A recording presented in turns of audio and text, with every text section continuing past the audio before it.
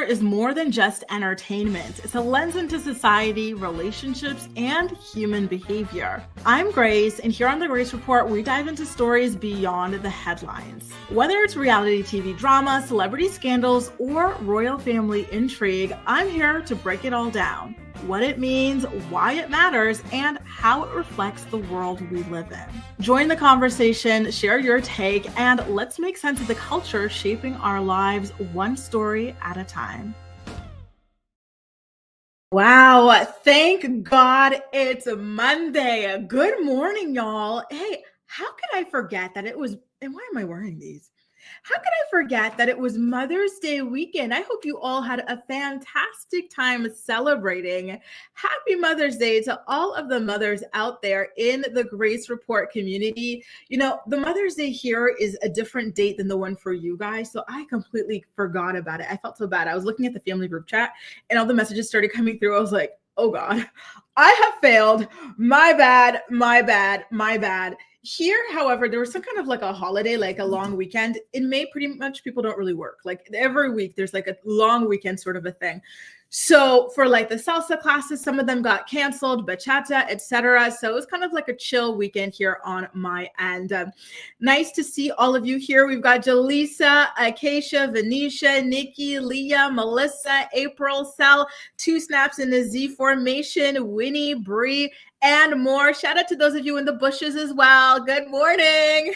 Hope it's comfortable over there. Hope it's not a rose bush. You know, they have thorns. Good morning to Disha. So nice to have you all here. I see some longer messages. I'm going to scroll back just to see what y'all are saying. Jaleesa said, I had a vivid dream last night. I missed the morning report and I cried. Unhinged.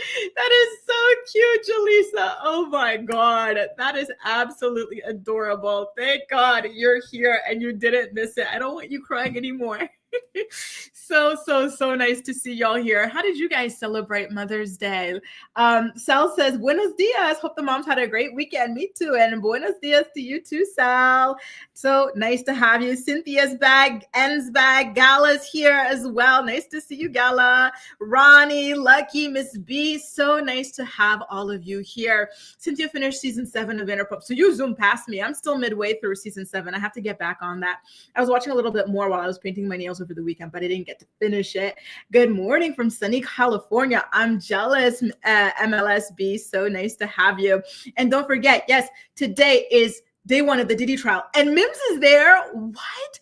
That is absolutely incredible. You guys, if you haven't yet, please subscribe to Make It Make Sense's YouTube channel. Wow. He does a lot of pop culture videos and recaps and whatnot. And as it turns out, he's over there in New York for the Diddy trial as well. That is absolutely incredible. I can't wait to see what kind of, interesting news he finds over there in the courthouse. Don't forget, they started day 1 today. They're still finishing up with jury selection and whatnot, but all of that is being wrapped up and they're going to start today. And it's really, really crazy to even think about where everything is right now. Thanks so much for letting us know, by the way, Z Formation. And hey, Luz, Tracy, Kahara, Brittany, Sherelle, Luz again. So nice to see you. Sherelle says, good morning, formerly known as Petra. If you remember me, Grace. I remember the name Petra, but did you change your icon as well? Because the Petra I'm picturing had a different icon. And Petra, Petra's an OG. Like Petra's been here since like 2017. Is that you, Sherelle? Liz says he's been there since like 4. Oh, wow. Look at him. He is really good. I love Mims. I'm going to reach out to him a little bit later, see how all that's going. Thanks again for letting me know, y'all.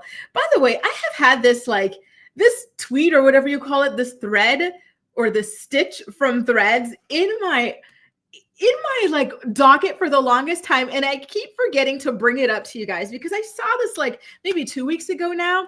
And it really touched my heart to think about all that we've gone through in the short amount of time that we've been here on earth. Shout out to my fellow 90s babies. I'm a 93 girly, right? So I saw this, the creator was Toxic Demure, and she had said, ladies, if you were born in the 90s and made it to 2025, you've lived through 4 different decades, 2 centuries, 2 millennia, Y2K panic, a whole pandemic, and you're still not even 40. Where are my 90s babies at? Come hither. It almost made me emotional just thinking about how much we have gone through. We really, truly, truly have been put through the ringer as a generation, you guys, and the fact that we are still standing, many of us are thriving, you know, and even if you're not thriving, listen, the system, like as it stands, was not set up for us to thrive, right? So even if you're not thriving or you don't feel like you're thriving, do not be so hard on yourself, because it really, like, it's been tough out here, you know, it really, really has. And you know, I'm thinking about my own perspective as well. Like starting my career, I had finished, I had gotten my degree. How old was I? I was 20 and I had started working at that time, right? And by the time I was like 26, 27, I had gone through 2 layoffs. You know, back in the day, layoffs and whatnot used to be like such a rarity. It was like so, you know, like people would have the same job for like ever, right? Their whole lives, right? And so just thinking about that from my own perspective as a 90s baby and whatnot, like being laid off twice, you know, going through 2 mergers and whatnot. Yeah, it just makes me think of just how hard really things have been for us, you know, like us 90s babies. So shout out to us all. Hey, Allie, nice to see you, boo. Hope you had a good weekend.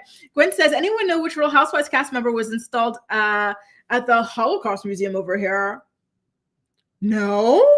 What is that? No, I have no idea. And wow, I love that. Yes, I remember you, Sherelle. Of course, I remember you. Love you. Thanks so much for being here. We've been at it for a while, girl. And yes, I see a lot of you guys feel it too. That we truly shout out to all of you guys representing your birth year. Yup. Let's go. I love this. We truly have been through a lot. So, you know, I'm happy that we're all still together. We're all still trying to do our best to make the most of this earth that we have inherited. And I like what Gwen said here, which was survival is the new thriving, you know, and it's kind of sad, but you know, that is kind of where we're at. And oh yes, Soggy Flicker. Shout out to you, Theo, from The Real House. So what was the question? Sorry, let me go back and see what the question was. Because I know Soggy Flicker got appointed to something by Trump, something about like Jewish relations. Anyone know which Real Housewives cast member was installed? Like installed as in like they've got a portrait of her there or something like that? Or like this is what she is in charge of right now. But yeah, that whole thing is absolutely insane. Honestly, it still feels like we are in the Twilight Zone. Anyway, you guys, we got a lot of show for you today on today's morning report, per usual, right? We have quite a bit of teen mom stories to get through. So Kale Lowry, I wanted to start with hers because her story was rather quick. But basically, over Mother's Day weekend, she did a little bit of an Ask Me Anything about being a single mom. And some of the questions or answers that she had put out there left me kind of scratching my head. I went to my channel members in our private section. I was like, y'all, do you understand what it is that she's saying here? Nobody understood what it was that she meant. It feels as though she is purposely trying to convolute the status of her relationship with her on and off again fiance, Elijah Scott, right now. So take a look at some of these things that people had written into her, right? So somebody asked her, how does a single mom pick herself up when she hit rock bottom, right? Kale responded by saying, the ish is hard. It takes everything in you to be a good mom, right? While dealing with emotional struggles, breakups, etc. I will never discredit the strength it takes to get through it. But that's the thing, we have to. I'm so sorry you're going through this. I know it all too well. And then she shared this meme that said, I hustle harder when my feelings are hurt. You will never find me where you left me at. So to me, I'm kind of feeling like, okay, like this is encouraging and everything, right? So I'll just leave it at that. But then when I scroll to the next one, this is the one that really kind of got me stumped and reaching out to my channel members for help interpreting. The next one, someone said, well, what about you? Are you a single mom? To which Kale responds, this is a loaded question. Yes and no. I'm the sole financial provider for 5.5 of my children, but some of my kids go to their dads 50% of the time. So it really depends on how you look at it. So here's my thing. I keep telling y'all, I was not a math major, right? I studied journalism and communications. So math majors, please, or people who are really good with numbers, how can you be the sole financial provider for 5.5 of your children? So to me, it kind of sounds like she's saying, so hang on, let me pull up the chart. You know, I need to be like, what is that thing over there, the Shade Room on Instagram, how they have like the chart for like the children and the moms and the this and that and the order of them. Hang on. I've got a photo of Kale with like all 7 of the children so that we don't leave anyone out. Where the heck is that picture? Hang on. I got it somewhere here. Where is it? Listen, this is her when she had 4, and we already thought that was a lot, right? Because it was 4 by 3. But then she went and added 3 more. Okay, I can't find that photo for now. But just imagine Rio. Who are the other ones? Valley and Verse, right? Added to this image. So she says she is the sole. Sole means only.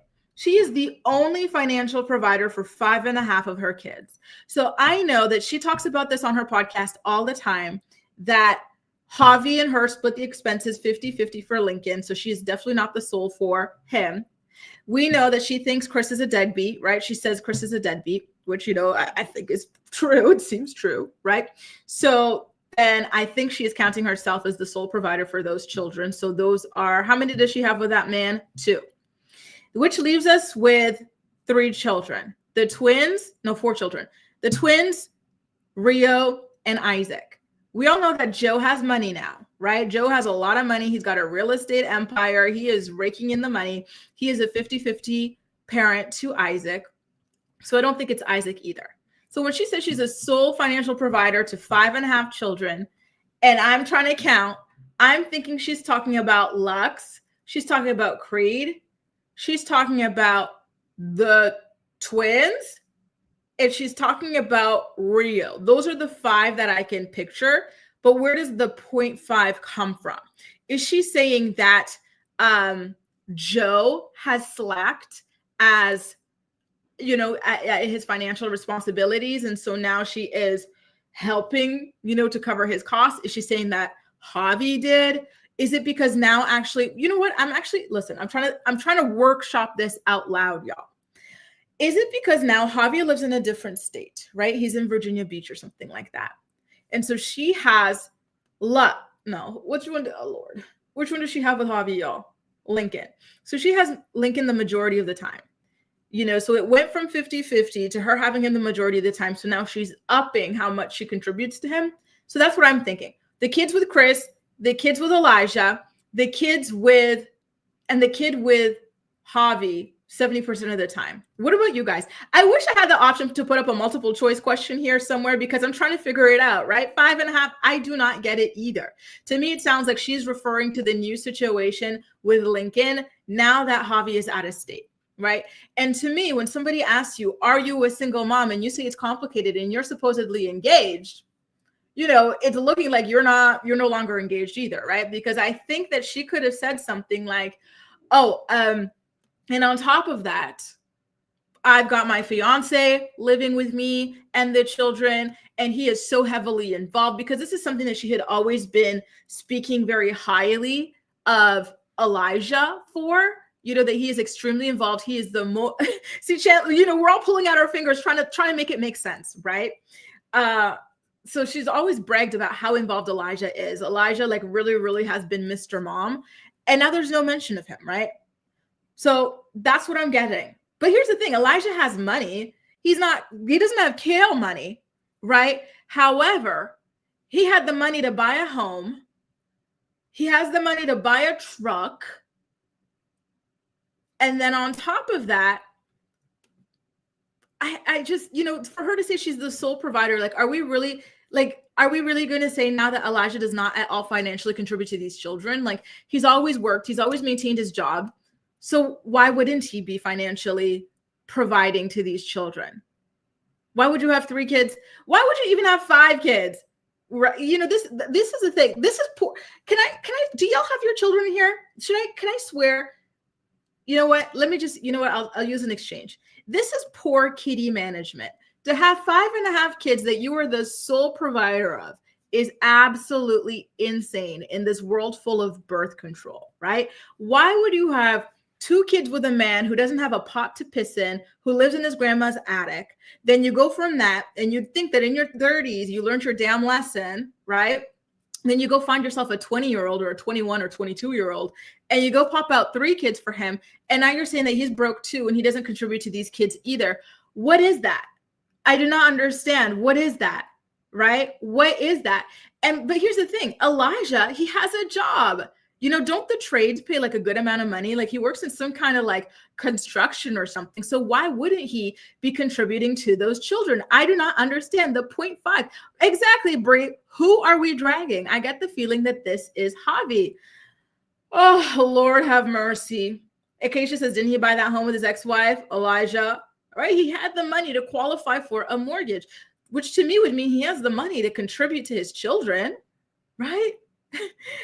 Allison says Kale is counting Elijah as her half kid. Does that mean she's back with him? Yes, this is poor kitty management. Ladies, please do better. Do better. Do not have children for broke men. Don't do it. You deserve more. Your children, more importantly, deserve more than that. Do not do it, especially not 5.5 children by various broke men. That is crazy to me. That is absolutely. The man doesn't have to be rich, but come on now. Come on, right? Yes, a lot of y'all listen to me, when you have your kids and whatnot. So I'm like, let me keep it cute. I do not want to traumatize anybody's children. Mariah says, I don't know why Kale had so many children knowing she wasn't in a stable relationship with any of her baby daddies. Like, why would you want kids? Exactly. I do not understand it. Like, my head is just like, it's mind blown at this concept, right? Two Snap says, is glutton for punishment. I agree. It is. It truly is. She's a glutton for punishment. What is the other one? Khloe Kardashian has a humiliation kink. Like, the girls are not well. They're not well at all. Brie says, yeah. And this is like the craziest argument to me, right? Like, it's just, why do that though? Why do that to the kids? Like, you cannot buy a relationship with the father or a father that like the kids could look up to and admire. Because to me, when you say that 5.5 of them, you're doing everything for, like financially, emotionally, blah, blah, blah, this is not giving them a good father figure, right? So money aside, it's not a great idea. Keisha says it's more, exactly. I do not get, thank God she took these tubes out because she did not know how to manage having tubes. She was not acting right with them tubes, y'all. So thank God she took them out because what the hell is this, y'all? Oh, anyway, speaking of poor kitty management, let's get into Jenelle Evans. Right. Jenelle Evans, it looks like she actually might be rejoining Teen Mom again.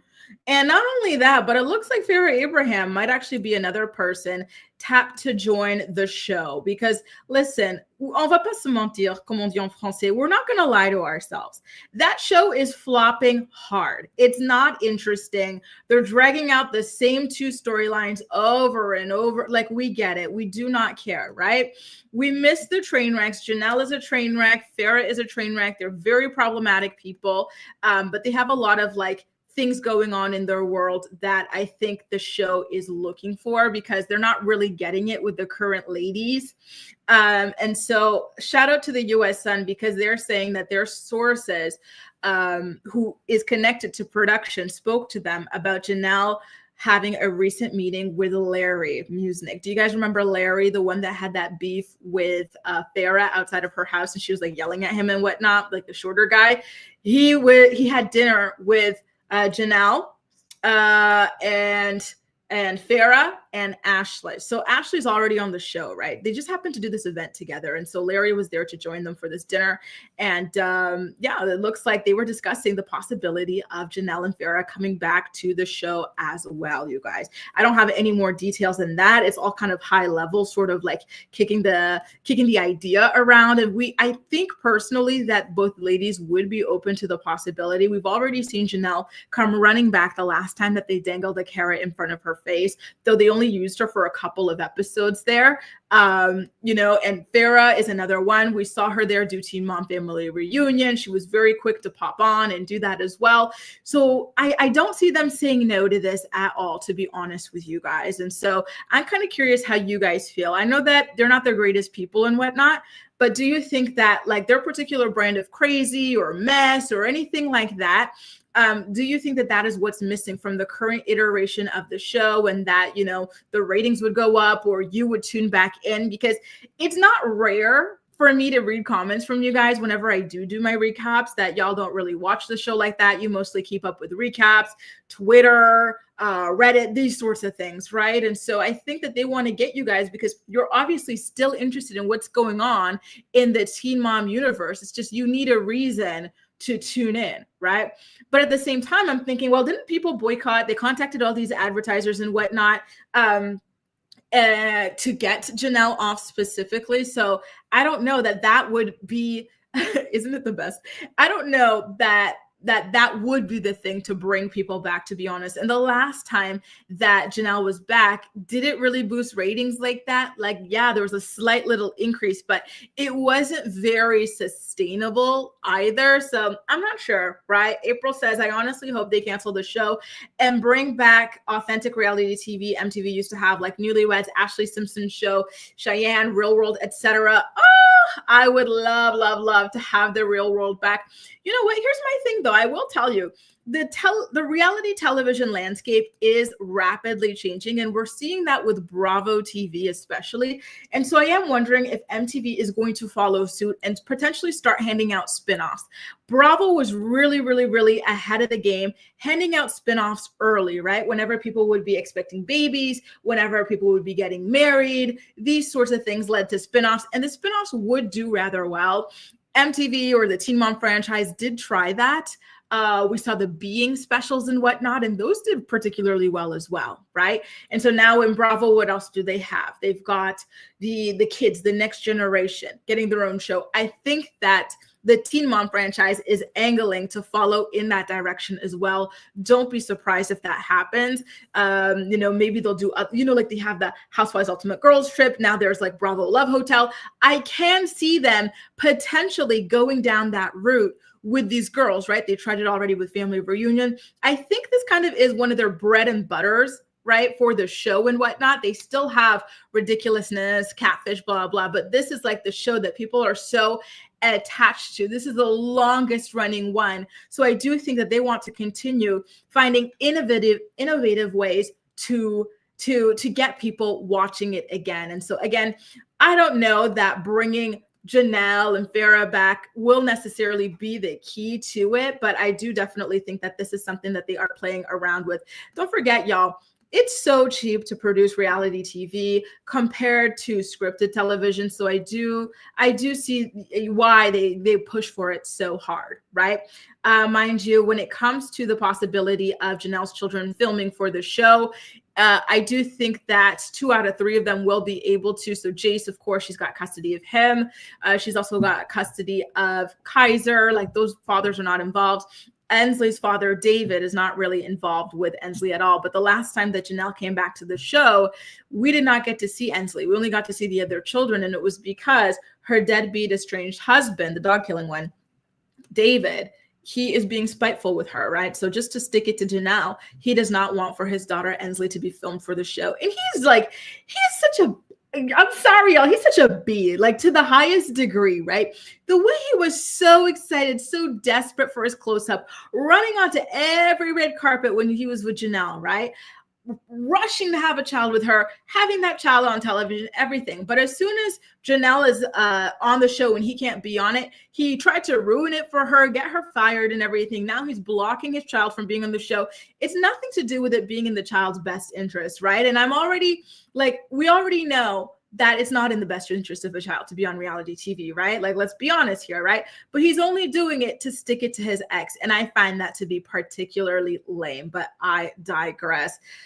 Oh Lord, I cannot with these people. Like, they truly are a mess. And, just quickly reading through some of you guys' comments here, it feels as though you guys are not really feeling the idea of those two returning. Winnie the Cat says, sorry, not sorry. Her kids are at an age where their privacy should be respected and not exploited. Don't forget, her son Jace is not in a good place at all. So the idea of her and the network pushing for him to, be on television again, like when he's clearly battling through, very serious issues, is just not, it doesn't seem fair to him, in my opinion.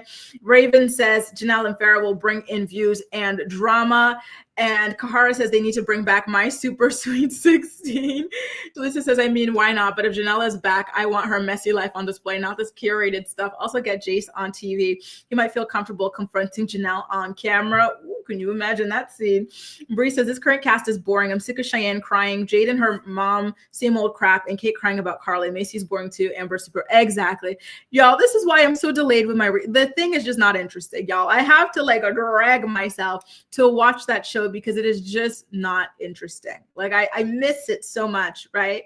like the era of it being interesting. But this is the thing with television: when the people start getting older and when they start making money, this is why they typically go for young adults, right? Because you're not as posed, right, when you're a lot younger than, you know, when you're in your 30s and whatnot. I think that the thing that was magic is gone. And I worry about the idea of them doing the next generation and following the children and whatnot, because who knows, right? We know that behind the scenes producers manipulate things to get people to act out of character and to misbehave. And so the idea of this kind of ruining the children's lives eventually is just, you know, worrisome, right? Like, I think they've already gone through so much. And so, you know, everything in front of camera too. So I think it would be great for them to be able to get out of this for a little bit. By the way, speaking about all of this, I finally got to watch The Truman Show for the first time this weekend. So shout out to everybody who had been recommending that. It was a really interesting movie. And, you know, I definitely see all the comparisons that people make, that versus Teen Mom and whatnot. And it's very, it's kind of eerie, to be honest with you guys, right? By the way, good morning to those of you who are just joining us. We've got East Awesome, Shem Jem in the house as well. Who else did we get? Good morning to everybody joining us. Good morning. Sorry, the comments are going so quickly that I'm not able to remember everybody who said hello, but hello to everybody. Thanks so much for joining us for another episode of The Morning Report. If this is your first time with us, just know we go live every single weekday morning at 10 a.m. Eastern Standard Time to talk about the day's hottest stories. I do unfortunately have another Jenelle story to share with y'all. I know, sorry, but here it is. Basically, do you remember how Nathan Griffith, the father of her son Kaiser, who has had nothing to do with Kaiser, even despite the fact that Kaiser lives in the same state as him and in the same city as him, right? Well, he, per usual, the town strangler, he got up to his old tricks again, strangling girlfriends. And then he decided to call up Jenelle after ghosting their child last year to ask her if he can go and hide out in her house because the police were after him. And so she said, yes, of course. And then she subsequently decided to lead an online hate campaign against his now ex-girlfriend, Anastasia, right? It's all very disturbing, disgusting stuff. And so in Friday's morning report, we went over some more details that were released in the police report about how Nathan did his attack on Anastasia this time around. And now we're seeing Jenelle still talking about this, and she's trying to make this about herself, and it's just all so damn weird. She says that his ex was jealous of her, and that's why all this drama, like, you know, and then she also accused the ex of bragging about being a DV victim. Let's get into it. By the way, shout out to Team Mom Shade Room over there on Instagram for these screenshots. Jenelle had tweeted, if you're going to report about me, do it right. Never said Nathan was innocent and never gave him a place to stay while the cops were there. I offered him to stay hours before they arrived. Their fight was about her being jealous of me, according to his mom. Jenelle, I assure you, not a single person on this planet is jealous of you in any way, shape, or form. Like, there's just literally nothing about you or your life that anybody would envy or would want to have in their own lives. Like, that is just absolutely insane to say that. And it's very weird that anytime she talks about this situation, she calls this girl jealous of her and she tries to attack this girl instead of standing in solidarity with this girl, you know, against Nathan. Like, she knows Nathan is a deadbeat dad. She knows Nathan is violent. He has been violent to her. So the fact that she is now, you know, against this girl is just so weird. Like, the pick-me of all pick-me's, I'm telling you, right? And so, she had also said, and if you think for 1 second I wasn't a victim of DV when I was with Nathan, I was. I just don't go bragging every time I was in that situation. Definitely wasn't in the gym working out. I was laying in the bed, depressed, and my body was sore. So F off. And I also stated they were both at fault. Don't switch this into something it's not. Like, this woman is so vile, so disgusting, so gutter butt. It's sickening. Like, you are what? Like, is that why you're mad? Because this woman is in amazing shape, like, you know, and so now you're mad at her that she is working out through her pain. Like, you think she should just be out. Like, there's no one way to be a DV victim. And as somebody who was a victim of Nathan Griffith, the way that you're just, it's just so insane to me. This woman constantly leaves me speechless, truly, truly speechless, right? Like, what is she talking about? This is absolutely insane, right? I was in bed sore. What? Like, for a lot of people, the gym is their therapy. You know, when they're going through things at home or anywhere else in life, they'd like to just go to the gym, work out, and just have that, 30 minutes, 40 minutes, an hour, however long, to tune the rest of this stuff out. When you're focusing on your breath and the pain, the weights, the everything, you do not have time to focus on the other problems that you have in life, right? So I personally think that there's nothing odd about this woman, continuing to commit to her passion through a very tough time. The gym is therapeutic. Like, this is the craziest thing ever. Absolutely crazy. East Awesome says relationship violence is not something to boast about. The F is wrong with these people. Exactly. All that woman did was go online, share what had happened. She shared an audio clip of Nathan trying to pressure her out of cooperating with the police. He wanted to get this case dropped because he's already on probation for the last woman he strangled, which was his sister. So how do you defend this? How do you offer this person a place to stay with you? Right? Like, it's all just so insane, right? Jenelle takes pics, and you know what else Jenelle does? She fakes miscarriages, right? She mixes Kool-Aid and water, stands in the bathtub, takes a picture of it, and pretends it's a miscarriage. That's the type of person that this woman is, thinking that we give an F about what she has to say about this situation. Like, what is she talking about, right? Minnie says the gym and running is my therapy. Exactly. Like, what is this? This is just absolutely insane. Truly, truly insane. Jaleesa says she's such a loser. And I agree. I'm sorry. It's rude, but it's the truth. It's the truth. I agree. Hey, Trin, nice to see you. Good morning from Wisconsin.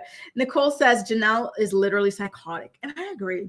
And, I'm just thinking about her relationship with David Eason, right? Because she also says that there was DV in that, right? And so, like, you've been through this in multiple relationships. You'd think that she would be more sympathetic towards women, right? Because the way she acted, when this happened with David Eason versus the way that she acted when this happened with Nathan, we're very different, right? And it's normal because even though it's still DV at the end of the day, it's different situations, different people, different moments in your life, right? Which further illustrates the point, which is that there is no one way to be a DV victim. What are you talking about?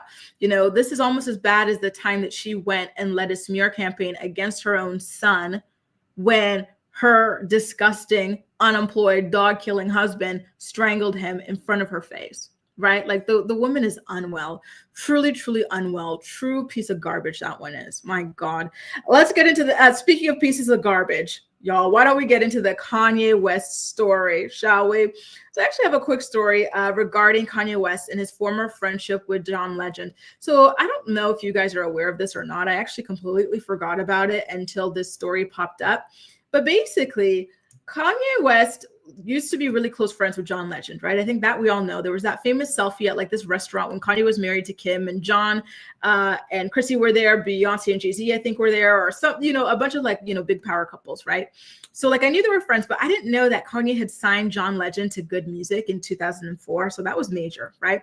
So the devolution of Kanye West is particularly painful to John Legend as a former protege of his and as a former, close friend of his. So he spoke to the New York Times about this situation and how much Kanye has changed since they first met, right? And he says that when he first met Kanye back in the early 2000s, Kanye was passionate, gifted, full of big dreams for himself and for other people as well. And John Legend also says that it is both sad and sometimes shocking to witness who Kanye has become today. He says that this is a devolution that he never expected, and that the public should not be trying to psychoanalyze Kanye. And he says that although that is the case, I also can say that there has been a massive change in Kanye ever since his mother passed away, which I'm sorry, but this is always what they say. Like, people lose parents every single day. People even younger than Kanye lose parents during very pivotal formative years, right? And it doesn't turn them into Nazis. It doesn't turn them into KKK sympathizers. It doesn't turn them into people who mock disabled people, potentially disabled children. Like, it's just, why are we still using this as an excuse for a grown man being a piece of ish, right? It doesn't make them parade around their girlfriends or alleged wives or whatever, nude around the world, participating in X acts in front of the public, unconsenting public. Like, why is the loss of his mother always being used as an excuse for this stuff? Like, what is that? Right? What is that? That is absolutely insane. And I wish people would stop it with that, because yes, it's sad that he lost his mother, but losing his mother did not lead him down this path. This is just who Kanye is at the end of the day, right? Like, what are you talking about? And so he says that, like, in the past, their friendship did actually end due to political differences, with Kanye's, rabid support of Donald Trump, which John Legend did publicly criticize. And I think we talked about this. I don't think we had the morning report at the time, but this was definitely something that we talked about in a separate video back in the day as well. Lex says, I lost both my grandmas within a month, my friend, her mom, both grandparents back to back, and none of us turned into KKK members. Insanity. Exactly. Milan says, losing your mother does not make you evil. Exactly. Right. And it gives people with autism right. They're always searching for excuses for these people. And I do not understand it. Kanye is a grown man. Kanye is pushing 50. Let's stop it. He lost his mother 20 years ago. Again, it's sad, but are we really still using that as an excuse for all of this? And on what planet, right? Ace Awesome says, Kanye signed Sign of the Best, Tiana Taylor, John Legend, Kid Cudi, and Pusha T. Kanye was always a hothead. Jay-Z didn't want him to become famous. Jay-Z kept him producing in the background for years. And you know what? Jay-Z was right. This man should have never become famous. He should have just stayed in the background as a producer, because now look, right? Now look, it's going to be next to impossible for this man to ever clear his name after the last 8 years of this nonsense, right? And when you do not have a good name, a good reputation, when nobody wants to be associated with you, you no longer have income, right? You no longer have sponsors, you no longer have distributors, you have nothing. This man is gonna go broke, and I'm sorry, he deserves it, right? Off of his mouth. And so Jay-Z was smart to try to keep this man quiet. Sherelle says Kanye needs a conservatorship, but yet Wendy is the one with one. Period. There are so many men out there who deserve to be in conservatorships, yet they're always running after women. Theo says, I don't think Kanye believes half the stuff he says. He just wants attention, and unfortunately, it always works. And I do agree with that too. But that's the sad part. Kanye, you always had attention. Kanye, people were calling you a genius. People admired you, people respected you, people understood and saw the talent that you had. Why would you search for this kind of attention at all? I just do not understand it. It's insane. It truly is, right? It truly, truly is. He's let down so many people. And Two Snaps wants to remind us that John isn't a saint. And I agree. Listen, while we're on it, I've never been able to look at John Legend the same ever since his wife started popping off on Twitter. That woman is not well, right? Did you see the stuff that she used to say to Courtney Stodden when she was a minor groomed by a 50-year-old into marriage? She used to try to push this woman into deleting herself. She was harassing her, bullying her every single day with messages, pushing her to delete herself. And she was a grown woman doing that, right? And then in addition to that, she was making all kinds of weird, creepy comments about children out in the open on Twitter as well. So John Legend, just by virtue of being married to this woman and in a relationship with this woman for so long, I don't know about you either, to be honest with you. Thank God you're not on Kanye's level, but there's something off about you, and your wife sure as hell is not right either, right? Shay says, hey, Grace, I definitely agree that he's responsible for his horrible behavior and actions, becoming a narcissistic, bigoted megalomaniac, but his mom's death was the spark of the spiraling of the mental impact. And you know what? I can agree with that too, right? That it was devastating for him. It's just this direction that he went in. It's so far, it's so far off from what his mom was and what his mom represented, right? Wasn't his mom a Black Panther and everything? She was all about liberation. And what is this? It's so hard to even wrap your mind around. Mariah says, if a woman was acting like this in the media and claiming it was because her mother died, she would be 5150'd. Right. And I know there have been people who have tried to 5150 him. I think it happened one time because of his trainer or something like that, but it never actually really stuck the way that it did with Wendy Williams. Wendy has been in that conservatorship for over a year now. Hey, Deja. Good morning, sunshine. Good morning, Hamlet's princess. So nice to see y'all here. Lucky says, narcissism mixed with bipolar disorder is just a bad combination. And that I absolutely can agree with as well. And Malen says, have you seen his best friend is a known racist and Nazi, Nick Fuentes, who says wild things about, and you know what? That's not his only one. Like his chief of staff, wasn't it like Milos or Milo something? Like that guy as well. He got kicked off of every social platform because he was wildly racist. Like this man is just absolutely freaking insane. And there's no explanation for it, in my opinion. I don't know. I think there's just too many factors at play here. Too much money too, right? Because when you have so much money and people are kissing up to you and everything, you feel like you are a god and you can say and do whatever you want. And, you know, you're so provocative and this, like, oh, God. Anyway, speaking of people thinking you're a god, why don't we get into the Pope, y'all? Why don't we get into the Pope? Because, you know, when I was minding my own business, scrolling through TMZ this morning, I saw this story about the Pope and some of the messages he was sharing on social media that kind of shocked me a little bit. By the way, you guys, if you're enjoying today's episode of the Morning Report, please don't hesitate to go ahead and give it a thumbs up so YouTube knows you enjoy my content, okay? Thank you in advance. Now, let's get into this Pope story. Y'all know they crowned a new Pope, right? And so there's this message or this post that he had shared on his social media not that long ago, actually, just in April, about Nancy Pelosi, right? And so somebody in the comment section had shared, these effing liberals crying about tariffs is just unreal. Do they not know that there is a thing called video? Just listen to what this drunk see you next Tuesday has to say in the mid-90s, long before her husband had grinder dates. So this is like the kind of stuff that you would expect from like, you know, somebody who's not going to be a pope ever in life, right? Like he didn't leave that comment, but he shared the post in its entirety with a comment, which symbolizes that he agrees with what is being said here, right? And by the way, it's his older brother, Louis, who had shared that post in the first place that got the comment on it. And so, TMZ is reporting that the Pope regularly shares conservative political content on his personal Facebook page, and that he is a very big Trump supporter as well. And I just got to say, listen, politics and this, that, and the other aside, just the idea that a Pope is sharing content that refers to women as see you next Tuesdays and that condemns people for their own political beliefs, in this case being liberals, that seems a little bit alarming to me. Like I'm a little bit stunned by that. I was definitely taken aback. In fact, I thought that, you know, these people were not really on social media like that. I thought they were supposed to kind of just like live like, you know, not off the grid, but like just, you know, a quieter sort of life, free of any real public opinions one way or the other, right? Like I don't get it. Very, very odd stuff. But what do y'all think? Listen, I don't know too much about this stuff, right, anymore, but I gotta say that I am rather stunned. I am. Wasn't it? Did you enjoy it, Theo? I came up with that on the spot. Good morning, Tanya. Good morning. And thanks so much, Tasha. Thank you. I changed my lights around because I put my strongest lights in front of me so that you can get a better picture quality.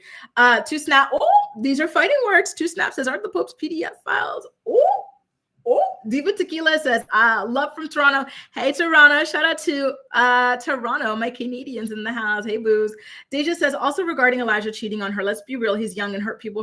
He did what he was supposed to do, being a legit family man. She dogged and played in his face on her podcast. And you know what? Maybe that did contribute to it, because don't forget, despite the fact that she was with Elijah, like, you know, engaged, happily living with him, having kids with him, she was talking nonstop about that Chris, man. Like she was talking about how she would lick his toes if he told her to. And she would buy him a BMW if he told her to. Imagine you're engaged to somebody and they're talking about that like that every single week about their ex. Ooh. I'm boning your enemy on your bed.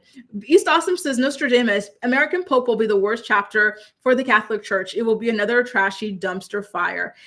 And honestly, it's not looking good. How does this work? Like, you know, I have to go and find a serious information on how to choose a pope, because I imagine that there were better options than this guy, right? Summer Breeze, oh, your hair looks so beautiful. A girl, stop playing. This new pope is under investigation already because he was linked to the ex. Oh, There you go, y'all, to the ex-abuse scandal. Oh God, what happened? Why did they choose this particular guy? He just does not embody what you would imagine a pope embodies, right? Like, what is happening? That is so crazy. Good morning, Cami. Nice to see you. Milan says, I feel a little bit suspicious about the pope, and he is close with the brother. Yeah, it doesn't look like this is somebody who's going to represent love for everybody, right? Just based off of what he shares on his social media and whatnot, it seems like he is kind of like more so a hateful person. So I don't know about that. I don't know how this is going to go, to be honest with you guys. It's not looking good. We wild in Chicago. Oh, he's from Chi-Town. Oh, Mrs. H says, yep, it's rather alarming, right? It's not looking good. It's not looking good. Oh, he's from Chicago. Okay. I thought that's what I thought too, because the Pope who had just passed away, he was super progressive. And he told the guy, who's the guy like with the eyeliner in the cabinet, who is like, I don't know his name. Listen, I try to stay away from you guys' politics, to be honest with you, but there's this guy with this kind of like face with like the eyeliner and stuff. And he was saying a lot of like very hateful things. And so he went to visit the Pope. And then the Pope died one day after meeting him, by the way. And then the Pope said, listen, you need to calm it down with all of the hatred. We are all God's children. The things that you are promoting are very hateful and very divisive. Like, do better, essentially, right? Yep, she was bragging about it, y'all. She was bragging about it. And you know what, Theo? I was supposed to go watch Conclave, but for some reason I forgot. Like the trailer looked so good. I hope I can rent it online or something like that, or catch it on Netflix or Prime, because it does look very good. I find it amusing that the movie Conclave has made so many film fans invested in the papacy. Isn't it crazy? I have to find a way to watch that, because I really, really want to see. Gwen says, religions have that problem in general. My church kicked out or shunned kids that were victims. They've doubled down on continuing that practice as of last year. That is insane to me. You know, this is why I left like the whole religion church thing, because y'all know I grew up in Catholic schools, right? And so I remember there's a time shout out to my co-reporter who just told me she's from Toronto. I went to Toronto for something, and I was staying with my friend's sister at her apartment there. And she was talking to me. We're like having dinner together. And she's talking to me about how her pastor in her church was going to jail, right? And I was like, oh, what's he going to jail for? Guess, right? Take a wild guess. And so basically he had done something like that to a child. And so he had to pay for it. So I said, oh, like, what are you going to do? Like, are you going to leave that church? Like, because she said that he was going to come back, someone's going to replace him. And then like, while he does his time, thank you, Melena, it was JD. Thank you. And then when the pastor comes back, like, blah, blah. So I said, oh, like, are you not going to leave? Like, that's weird. I wouldn't, want, and at the time I was pretty religious, y'all. So I was like, I wouldn't want to, stay under somebody who would do something like that to a child, right? And she says, no, like, he told us that he prayed to God and God forgave him. And so we all have to forgive him too. So like, I forget. I was like, yeah, no, I'm not doing this. I'm out. Like there's, this is not for me. East Austin says Pope Francis was from Latin American and progressive. Many Catholics felt he was too progressive. Damn, very, very, very scary stuff. I do not think that a pope should be, sharing this sort of stuff. Even like aside from him disliking liberal people, the fact that he referred to a woman, right? A woman, right? A woman as he shared something that endorses that, right? Because that wasn't his direct comment, but he shared this in agreement with a man referring to a woman as a see you next Tuesday, right? That to me is extremely problematic, because I imagine that like 50% of the church followers, maybe even more, are women. So you think that women are see you next Tuesdays? Like that's what you think? And, people are supposed to be following you and, your word and your wisdom. Really? Scary stuff. Scary stuff. I'm just saying no, I don't like it. It doesn't seem like y'all are here for it either. No, like that is just so oof. Yeah. Let me see. I'm going to read some of you guys' comments before we get into our recap for the Real Housewives of Atlanta. By the way, if you are enjoying today's episode of the Morning Report, please don't hesitate to go ahead and give it a thumbs up so YouTube knows that you enjoy my content. East Austin says, I grew up Catholic and I had trouble returning to church after women lost their rights in the U.S. I took my great aunt last Easter and someone handed me a black for Trump mini flag. That would have been my 13th reason. Mariah says, I don't like when people hide behind God to justify their horrible actions. Read the Bible. God isn't like that. Exactly. Mrs. H says, no, run. People are creepy. Totally sounds like a cult. Exactly. And yes, I think popes talk that not very godly, right? Like, what? Not the Pope being a messy queen. I'm telling you, what is this? He sounds like a damn incel, right? Like sharing that this is like incel speak, right? This is extreme, like nonsense. Weird, just very, very weird stuff. Now, you guys, why don't we get into a recap of what went down on last night's episode of The Real Housewives of Atlanta? This episode marks like the official end of Shamea and Porsha's friendship as we know it. And you know what? Before this episode aired, I actually thought it was all Porsha's fault and that Shamea had nothing to do with it. But now watching it back, Shamea did actually play a pretty big role in the ending of this friendship because she went and gossiped about her real feelings about her friendship to Angela and really portrayed herself as the victim, right? Like she is, it seems like, right? So she's like, Porsha didn't want me on the show. Porsha didn't come to my wedding. And so Angela's like, listen, Shamea, like you hold all this resentment towards your friend. Why don't you tell her? Shamea says like, I'm scared. I don't want to. And I'm tired of people thinking that like, you know, I'm in her shadow or whatever. And it's like, it's just so weird that she didn't speak up for herself like that. And it's kind of sad to see this end like this because, you know, just before she and Porsha had gone out to dinner with Drew's estranged husband, Ralph. And it was such a funny scene. Like they were really digging and pushing the storyline along in like a very lighthearted way. Like Porsha pulled up these texts of Dennis, like supposedly saying that he wasn't going to like F Drew and stuff. Like it was a lot, right? And so I think one thing that Shamea particularly hates is the fact that Angela made up with Porsha over Porsha's comments about threatening to F her husband, but she won't make up with her because she was laughing at it. And so Porsha's like, listen, that is not my fault. That's your fault. You have to take accountability for the things that you laugh at. Nobody told you to laugh at that. And I was like, damn. And, you know, and this is what I keep saying to you guys, which is that Porsha is like a social genius. She's not a smart woman, right? But she is socially incredibly intelligent because tell me why. She could be the one to bring rumors on the show that you have a dungeon and you're trying to SA her in the dungeon and you're going to forgive her and not the person who supposedly told her off air, right? And she was supposed to be your close friend. You helped her, you saved her after her divorce, and she does that to you like it's this big joke on TV until she realizes that it's serious, throws the other person under the bus, and you forgive her, but not the other person. Like, it's so crazy, right? And then now here's the same thing. She's the one who threatened to sleep with your husband. You know she's a Jezebel, but you forgive her, but not the, bird brain friend that just laughs at it. Like, I don't know what this girl has on people, but it is absolutely insane. Truly, truly, truly, right? And so there's this girl, you guys already know her, Kelly, like the shorter girl. I really do like her. I love her energy and everything. However, she makes my ears bleed every single week. I do not know why she yells so much. Like, it's her way of speaking. It's just so loud and annoying. But I digress. Now, as we do also get to see Porsha and Angela's friendship get to a better place. So she goes to Angela's place. And by the way, I really did like this confessional look of hers. I thought it was fun and kind of like vintage feeling a little bit. And so she goes to apologize for actually, no, Kelly, the loud one, is the one that goes to Angela's house to apologize for the side baby comments that she made during the confrontation. And then Angela clears things up. She said, Wendy Williams misrepresented this story. I did not tell her that my husband, Charles, had a side baby on me. I told her that, you could work through that sort of thing. And that it's actually it wasn't her husband though. Like my first baby daddy, he's the one who had the outside baby on me. Right. And so it's crazy how quickly a misinterpretation can spread like wildfire, right? And cause all of these issues in your marriage and whatnot and public perception of your marriage. But here's the thing. Charles Oakley is not that innocent though, because he has cheated on Angela in the past. And so to me, the fact that Angela was so candid about it and whatnot, I was like, damn. But I would also be scared. This is why I could never forgive cheating, because I would always be scared that you would do it again. First of all, I'd be disgusted that you cheated, that you would even do that, to me in the first place. But second of all, I could never trust you again, right? And who wants to live in paranoia over a man, with all the other men available? Why would I do that over one man? No, right?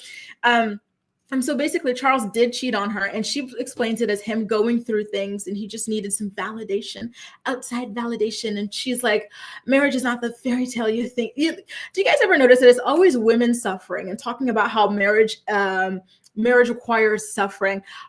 Charles doesn't sound like he's suffering, dude. He gets it from you. He gets it from his outside chicks. Why is it always the women suffering and preaching it to us like it is normal? I'm tired of it, I gotta say, right? And so in this discussion later, we see them talk about Shamea and Porsha's friendship. And it's almost as if they were plotting to really like go ahead and take it down once and for all, because they started to see the holes in it, especially with how Shamea really felt like overlooked and, taken for granted by Porsha as well, right?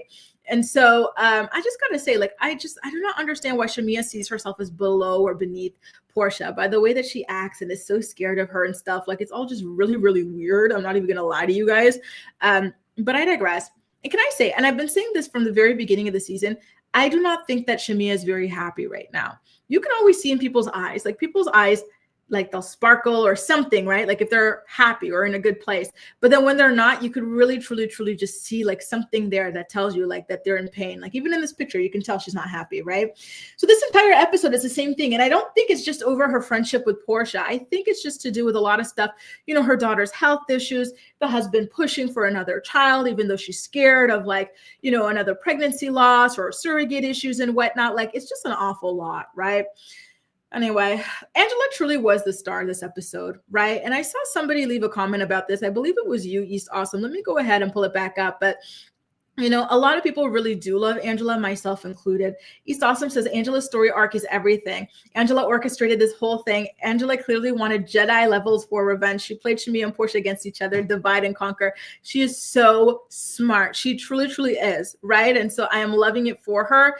And it's just crazy how naive these two girls were to be able to fall like hook, line, and sinker for this trap, right? Especially given that the two of them had been on the show for so long. They know how the game goes. Like, why would they walk into this trap, right? But I think that it just wasn't meant to be. I think that the loss of this friendship is a good thing, right? Is a net positive for Shamea, more so than Porsha. Cheryl says, dang, reality TV isn't only ruining marriages, but friendships too, right? You have to be really, really careful when you get on these things. Like, I see misery loves company, but I wouldn't necessarily say that Angela is miserable. I think that, like East Austin says, Porsha started with her, and so she wanted to take it there.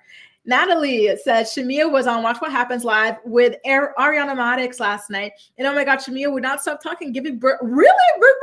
I have to, it's crazy because this morning when I went for my walk, I was trying to find like new podcast episodes. And I know that she was on that, but I didn't find it. They didn't put it up on the podcast yet. I'm so excited for that episode. Thank you.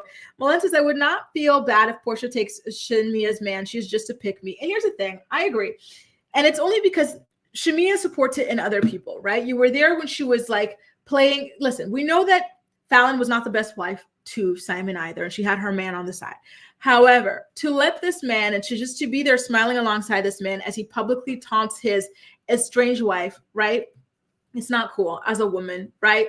And then the fact that Shamea supported that, and then now Shamea supported Porsha threatening to do something like that to Angela. At this point, you deserve for that to happen to you, especially by your best friend. Since you think it's so funny, right? You think it's so funny. You think it's so cute. Let it happen to you. Let's see how funny you find it. East Austin says, no, Angela isn't forgiving Porsha. Look at Angela's confessional. She's pretending to like Porsha. Angela didn't allow Porsha in her real home. She played tennis with Porsha, had an investment property. And she was so smart for that, right? So she brings her. And by the way, when Angela said she had a bunch of investment properties, I was picturing like, just regular homes, right? Like regular single family, like, homes. But it was mansion after mansion. I was like, damn, girl, like they've got money. Oh, absolutely incredible. Can I ask you guys what y'all thought about that outfit that Porsha wore to that? I said, girl, it's hot outside and you're dressed like a freaking whatever the hell that was. Like, what is that? That whole outfit and look was so weird. Thanks so much, Justice. So nice to have you here, boo. East Austin says, Charles told Angela to go to war with Porsha. I think we're witnessing Angela's takedown of Porsha. She can isolate and destroy Porsha with mind games. 40. I love the way you stand and you ride for Angela. I gotta say, and I think you're right. This woman is incredibly, incredibly smart. And we already know that the other one is not that smart, right? Miss Underground Railroad is not a smart cookie. So this is just, it's too easy for Angela. It feels like she's not even putting in much effort. Like it's just, it's happening. And here's the thing. I also think that timing has something to do with this because she came in at the perfect time when there were already serious cracks showing in the friendship between Porsha and Shamea, right? So speaking of that tennis game, that is the moment where Angela takes the opportunity to bring up to Porsha that Shamea feels like, taken for granted, that there are huge cracks in their friendships, all sorts of things like that. And then Porsha starts crying about it, which took me off guard because I'm like, Porsha, I think you know this. Like, I don't think that this is news to you. I think that you're just doing this to look sympathetic, even though you treat your friend like garbage and you've just been doing it for years, right? Like, very, very weird. So in the next episode, not the next episode, but in the next scene, as we finish out the episode, we see Porsha host an event for her bedsheet collection. And so she invites all the girls. They wear this beautiful lingerie that I, of course, cannot show here on YouTube. And they discuss, like, you know, mindfulness and whatnot, meditation. And Shamea doesn't want to participate in the meditation because she's just, you know, she's just really agitated. And so it's not a good idea for her. And so Kelly goes to talk to her, and Porsha, she gets up. I'm meditating. Hilarious, right? And this is where all the confrontations wind up happening. And then Shamea denies, like, you know, some of the stuff that she had said about the friendship behind Porsha's back. And I was like, Shamea, don't do it. Don't do it. You are not a little girl. You are a grown woman. You are pushing 40, or if not 40, right? How old is Porsha? I think Porsha's 40 now, right? Like, you're a grown woman. You're grown, right? So if you have an issue with your friend of like a million years, just say it to her. That's how you get through things, right? By discussing them. And the fact that you went and discussed it with everybody else, and then when they bring it to the table, verbatim what you said, and now here you are, like, you know, like, I've already said this stuff to your face, blah, blah, like, girl, come on, own it. Own it, and then tackle the issues and then come out stronger on the other side, right? Now, mind you, I will say, though, that Porsha got caught in a big lie here, because when they talk about why Porsha did not go to Shamea's Kenyan wedding, Porsha, what did she have to say? She initially said that she couldn't. She had a doctor's note. It's because of her health. She cannot have her legs like in a certain position or whatever on the flight. Do y'all remember? This is when she was beefing with Candy and Candy's friend. And then Candy's friend Carmen said, oh, is it a doctor's note? Because Portia's only used to having her legs up in the air. She can't have them down. Like, that was that era. It was hilarious, right? And then here in this episode, she said, actually, the reason she didn't go to the wedding was because she and Shamea were not really talking all that much at the time. Like, they hadn't spoken in about a month. So it turned out that she lied to her friend. But I will say, in her defense, I had no idea that she did actually end up going to Shamea's American traditional wedding in Atlanta, at the very least. So, like, maybe she didn't make it to that one, which is terrible still, but I'm glad that she at least made it to one of the weddings nonetheless. But she got caught in a very, very big lie here. But at this point, like, they're not really making any headway. So this is where the episode really actually just comes to a close. And I think we're going to continue to watch the dissolution of their friendship play out as the season progresses as well. East Awesome says, Porsha can't give Shamea's man all those babies. The brother wants a dozen kids. Ooh. And listen, as many times as she's had her body done, I think she's closing up shop. I don't think she'd want to. Malen says, I am also looking Candy. But you know what? She was doing IVF with Simon. So I think she's open to it. Like, hopefully she didn't do embryos with Simon, so she still has the eggs and can go ahead and use them with somebody else, right? Not particularly Shamea's husband, but, you know, in the future, right? One says, I'm also looking at Candy sideways for being best friends with Shamea. Oh yeah, that's true, because Shamea was in support of that too. She never checks Porsha on anything. And I feel like that's really weird. Friends gotta check each other. I'm always telling my friends, listen, if I'm doing something off, like, please let me know. And like, I sure as hell tell them when I feel like they're doing something off too. You know, I feel like that's part of growing, right? Having people around you who help you take accountability and become the best version of yourself. Deborah says, Shamea didn't apologize. She doubled down. Exactly. And, you know, the fact that she's acting like it's all Porsha's fault. No, you supported that. You laugh at it. Then you say, oh, like, my uncle's funeral was funny too. You want me to apologize for that? No, girl, just stay away from me. I see your character and I don't like it. Right? This also says, did you guys catch that Angela's daughter married a woman? Yes, that's probably the real reason for the secret wedding. There are layers there. Do you think she's secretly homophobic? I hope not, because she complimented her daughter's wife. She said she's a really nice, like, lady and everything. So I really would hope not, but maybe. You never know. This says, as a Power Rangers fan, I thought it was funny. Porsha said her outfit was giving Power Rangers. It truly was. It was hot out there, and you're playing like an active sport. Like, I just can't imagine like how sweaty she must have been after that. How stinky her Rolls Royce was after that. Like, Lord have mercy. Porsha's 43. Lord have mercy. Give me a second, you guys. I got a word from my sponsors, and then we're going to go ahead and finish this off, okay? The Morning Report is brought to you by Philo. Watch your favorite shows and movies from over 70 different channels, including MTV, TLC, WeTV, and more for only $28 a month. Get a free trial today by clicking the link in the description box of this video to get your free trial up and running. Are you looking for the perfect skincare products for women over 30? Look no further than RHOA. RHOA is a skincare brand born from love and made for parents. Their flagship product, the Resilience Cream, delivers clinically proven age prevention benefits such as average 14% wrinkle reduction after 4 weeks of use. Click the link below and receive 30% off your first purchase today.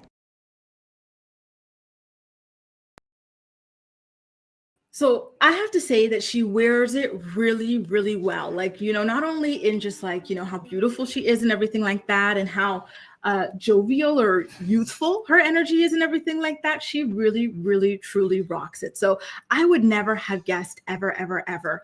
Right. And then Shay says that Shamea is 42, Porsha is 43. Both of them are crushing the game. Truly, truly, truly, right? But that's the thing, like they are grown. And I feel like a lot of times people try to, what is the word when you try to make, what is it like when you try infantilize, right? I feel like sometimes people try to infantilize them, especially Porsha. You would think Porsha was 21 years old, didn't know right from wrong, the way that people always defend her and like the terrible things that she does and says about people, right? And I find that to be absolutely insane, right? She's 43 years old. She knows right from wrong. Like, we've got to stop acting like, people are pulling the strings behind her and she didn't know any better. Like, come on now, right? Again, they both look fantastic. But I will say, I will keep on saying it this season as long as I see it. But you can tell Shamea is not doing well. Shamea does not look happy.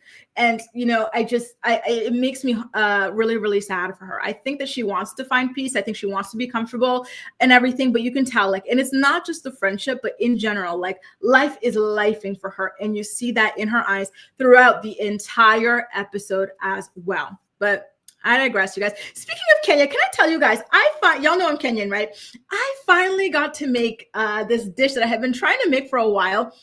So there's this thing that I love so much. So if you're Indian or you're South Asian, you're Ugandan, you're Tanzanian or something like that, East African or South Asian, you probably know about like chapati. I think even Tunisians have it. Tunisians, like, it's not, and Moroccans have it as well. It's not called chapati for them. Chapati is something else for them. But it's like this flatbread kind of thing that kind of resembles naan bread, but also not. I had that with dengu that I made too, which is like a lentil stew for dinner yesterday. And I was so proud of myself. I used my ChatGPT, TikTok to get the recipe right, because I've been trying to make this forever and it looks so simple, but it's actually a little bit of a journey, and I finally got it right yesterday. So I was super duper proud of myself for that. So shout out to my African crew, my South Asian crew, everybody else as well, of course, but just because of the dish, right? Anyway, I know, I'm sorry, y'all. Now I'm hungry too. I'm gonna have, I don't know why, but I'm obsessed with bacon, egg, and cheese right now on like an English muffin, like an egg muffin thing. I'm going to make that before I head out.